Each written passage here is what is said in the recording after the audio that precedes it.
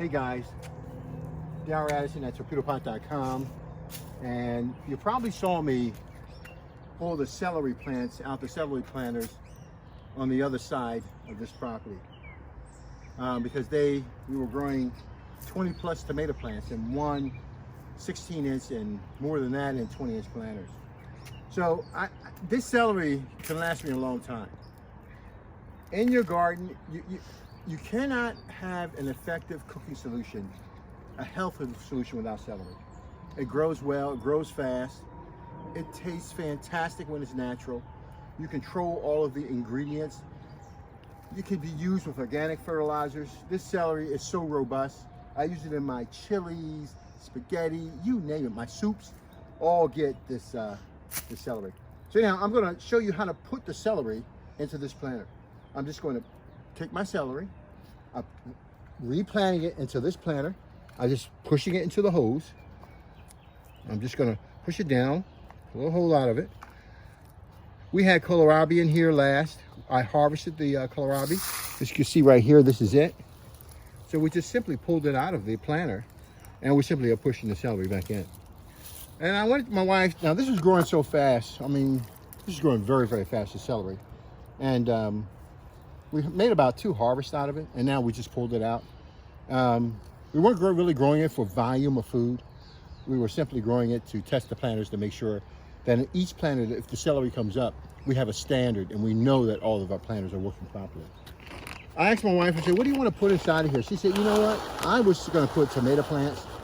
I'm going to still put 1 or 2 tomato plants, but she said, try the, what is this? This is nasturtium, which is really edible. It's delicious too. A flowering plant that is unbelievable. Take a look. Come on in a little bit closer.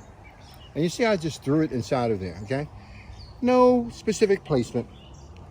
The only thing you need to worry about is that if you throw this many plants inside of your planter, you have to be able to sustain it. Remember now, this is a sustainable biotic environment, which means that the environment is completely sustainable.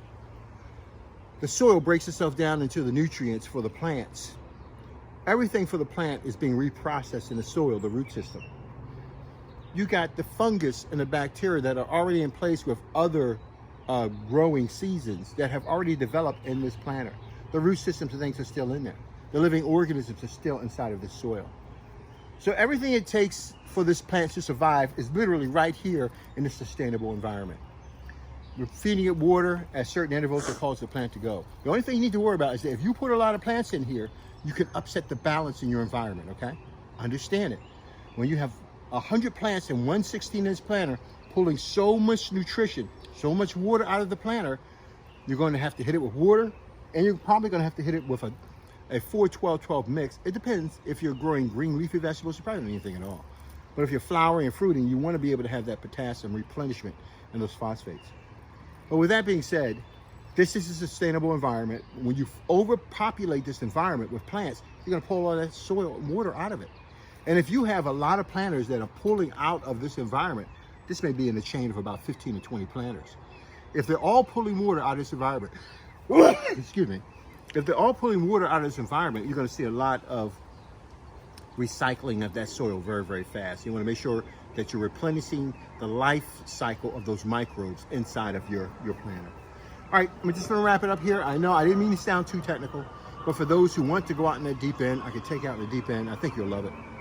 Darryl Addison, torpedopot.com. I'm going to put my soil back on top of this. We're going to call it a day. And I'm not going to do anything special in particular how I put my soil out. I'm just going to put it down.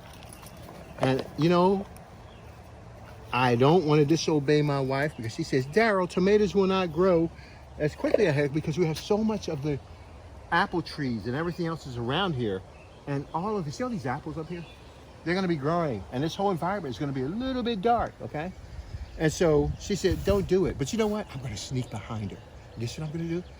I'm going to give you guys a couple of gifts. I'm going to put 4 tomato plants in here. I'm going to try to hide it from her when she walks by. And I think she'll like it at the end. Darryl Addison, torpedopot.com. Have a nice day.